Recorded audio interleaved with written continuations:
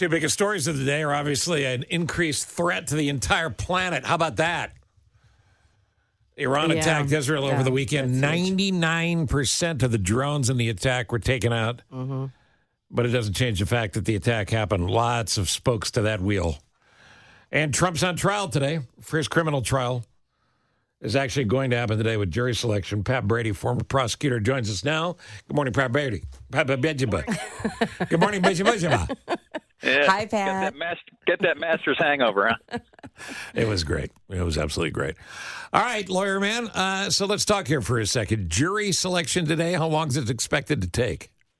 Well, they're doing it in a kind of a unique way. They're giving them like 42 questions to answer, and it's not going to be like an open voir dire or jury selection. So I would imagine it'll take 2 or 3 days to get a jury picked.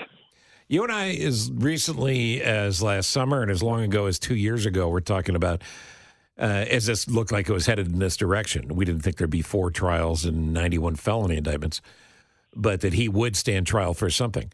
And in talking about that, we both said at the time, I don't know how you get an unbiased jury. Yeah, how can you do that? Because he's in the news every hour of every day. So how does the court even approach that? Yeah, who are they looking for? Well, they give him a series of questions. I was reading some of the questions this morning that are with the purpose of trying to figure out who is or isn't biased.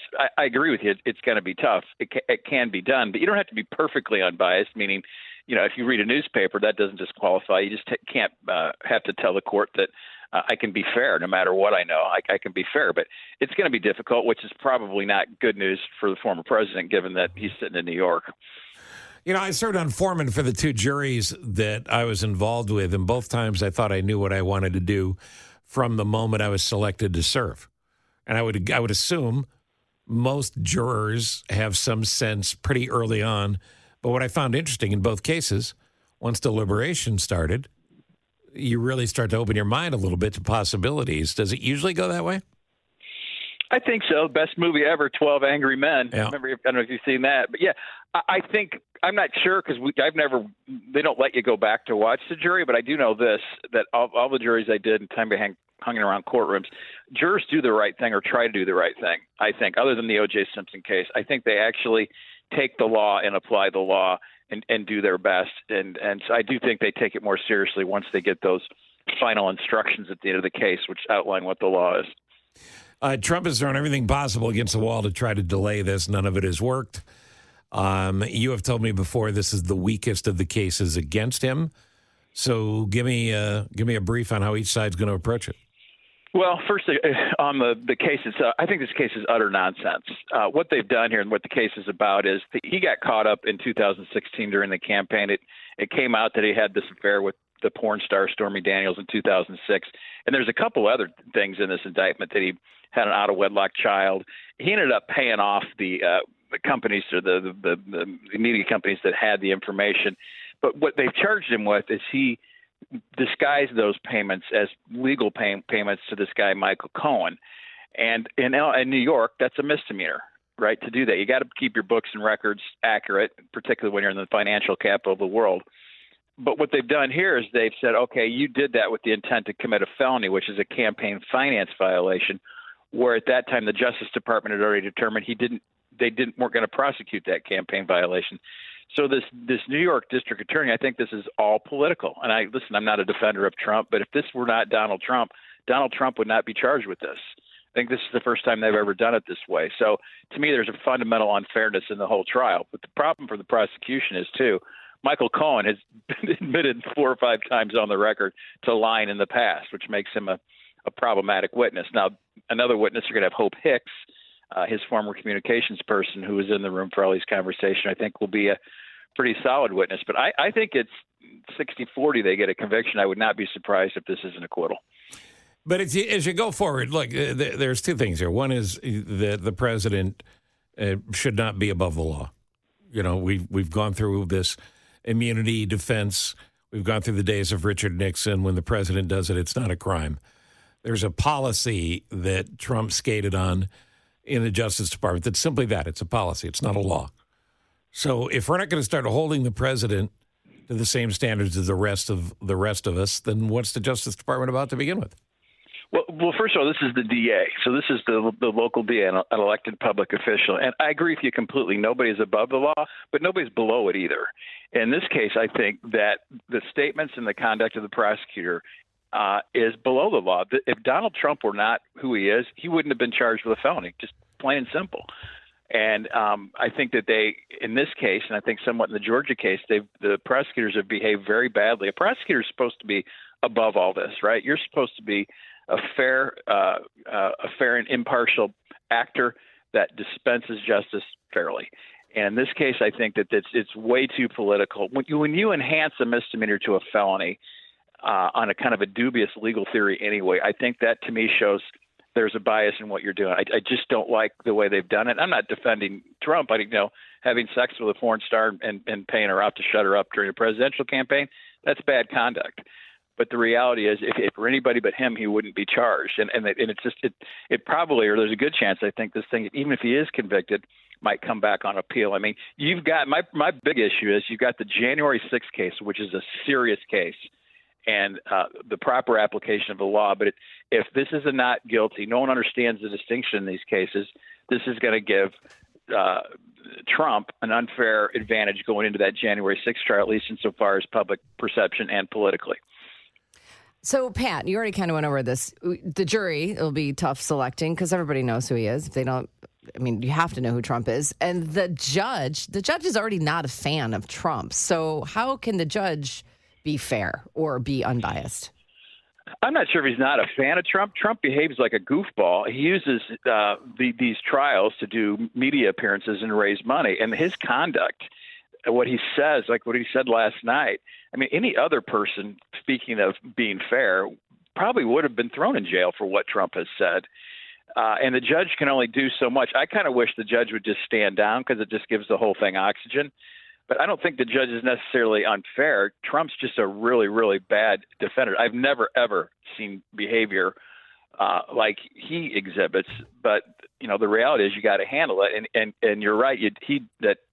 When the judge reacts, it sends the impression to people that aren't really into the system that he's biased against Trump, which may not be true, but Trump creates that opportunity for people to think that.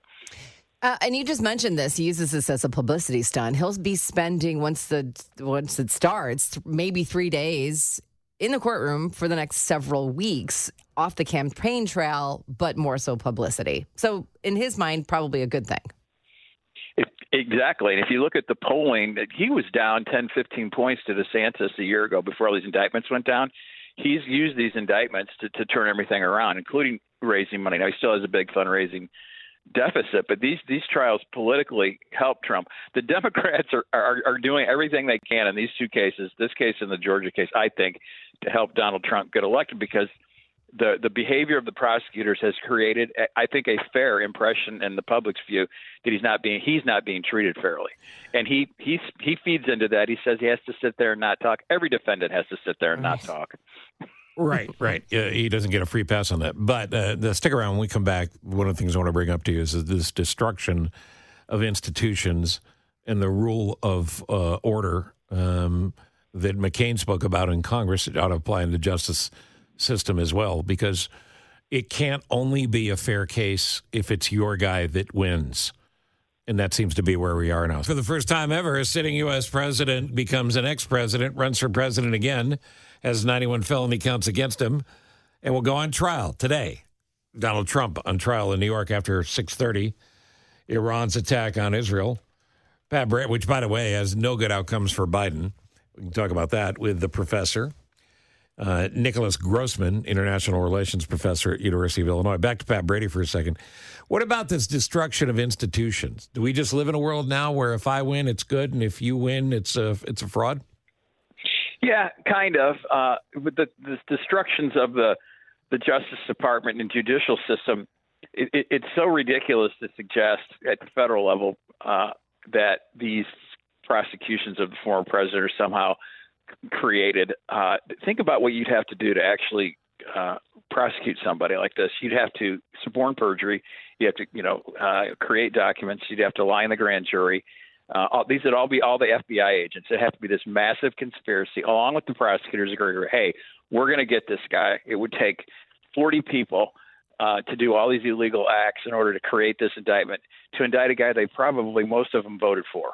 Right, It makes absolutely, whenever he says these are fraudulent or they're picking on me or they're not right, it's such utter nonsense to suggest that this is how the justice system works at the federal level. It just makes no sense. But the hypocrisy of all of it just never ends. I mean, the first night Trump was president, he went after the CIA. He constantly went after the FBI. The Republican Party is supposed to be about the police. And on January 6th, the Capitol Police were beaten mercilessly. And then when there was an opportunity to stand up for the Capitol Police and recognize them in Congress, Republicans didn't show up. And yet they're the party of the police. They're the party of right. And the Democrats just stand around going, what do we do now? It's no wonder people are checked out on the process. But again, I say it all the time, Pat, so do you. The only way to fix it is to get involved, not stay out at a time when you want to run away from this as far as you can. Yeah, and the Democrats are equally. There is the traditional Republican Party is gone. The law and order party is gone. All that stuff with Trump is gone. It's a completely different party. And you see that in the treatment of our even police officers. Police officers now are the bad guys, which just drives me crazy. Right. That now they're viewed as the bad guys. Now, the Democrats are the ones that push the fact that there's no such thing as a defendant or a criminal. Everybody's victim, and police are bad. Utter nonsense. But nobody's stood up for them in the last 4 years, really, including Republicans, which to me is just you walk up and down Chicago, they're kids, right? These cops are like 28, 30-year-old just trying to do their job, and now they're treated as the bad guys. I think that's of all the tear downs of institutions that we've seen in the last 8 years, the lack of respect for the first responders just drives me crazy. The standards of what we want in a president also drives me crazy. And to me, this didn't start with Richard Nixon. It started with Bill Clinton. Everybody wants to take a pass on Bill Clinton. That was just sex. Well, it was sex with one of his employees who happened to be an intern who was a kid who he took advantage of as the most powerful guy on the planet. And he should have been thrown out of office. And he wasn't. Pay that all the way forward, and that's how you open the door for the kind of misbehavior that's gone on since, and obviously with how Trump has handled things. But there was a poll that came out yesterday, a CBS News YouGov poll, that showed when it comes to believing in anything related to the security of America, the vast majority of Republicans believe Donald Trump over the Defense Department, the Pentagon in general, the United States services, the current president, and on and on and on.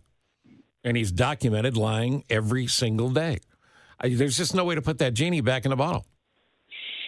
No, and it's tough to understand because I think most people are decent people, but they've been hoodwinked by a shyster. This guy's whole scam for forever. I've been following him since he blew up the United States Football League 40 years ago. Right.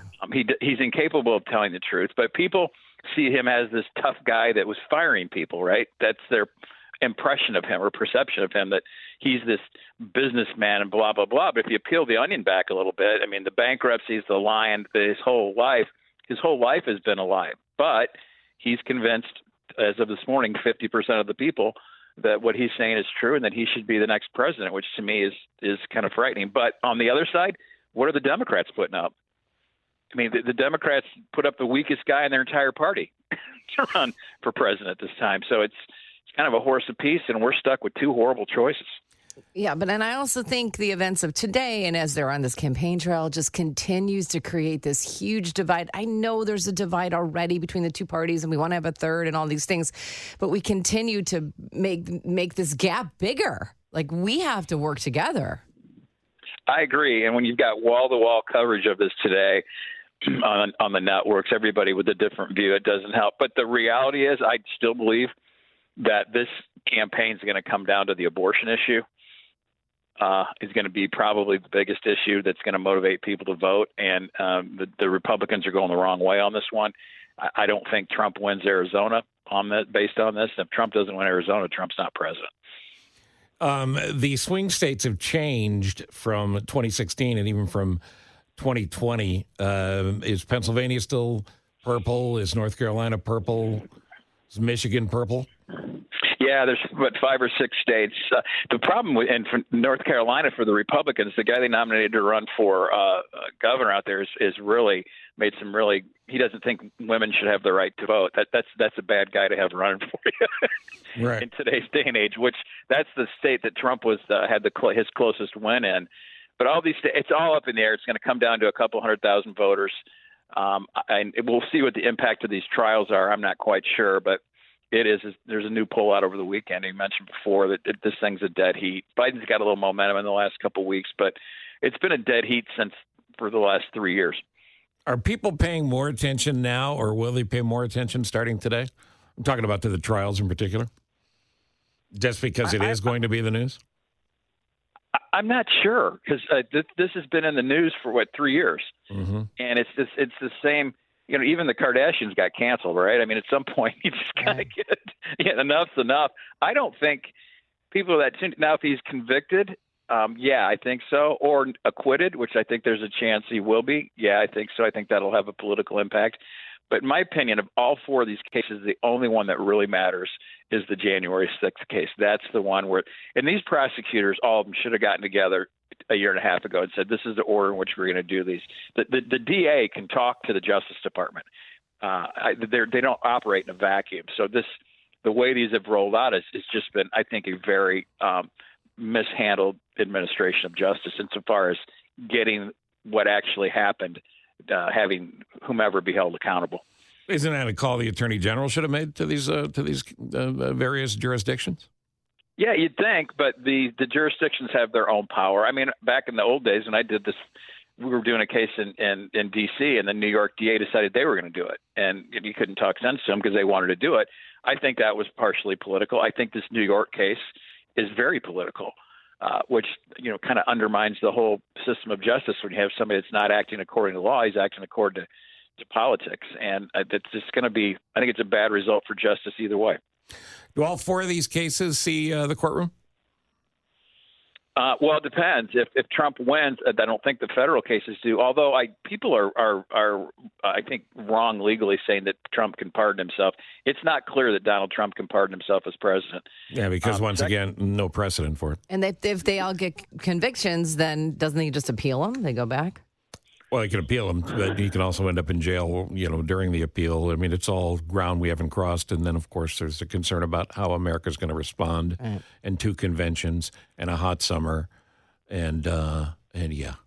Well, at least the Masters was good. The Masters was fantastic. But all this, Stephen J., all this is process nonsense, right? We've got potentially World War III in the Middle East. We've got an economy that's probably good, but it always can get better. We have so many issues to deal with there, the border, and we're talking about Donald Trump and Stormy Daniels. Yeah. Entertaining, but doesn't help the country. Mark from Wheaton texted, I've said this for years, the running for president, whenever it is and whoever's running, it's the world's biggest job interview because it's the world's most important job. And just ask yourself, whatever business you're involved in, whether you own it, run it, or work at it, would you hire Donald Trump to run your business?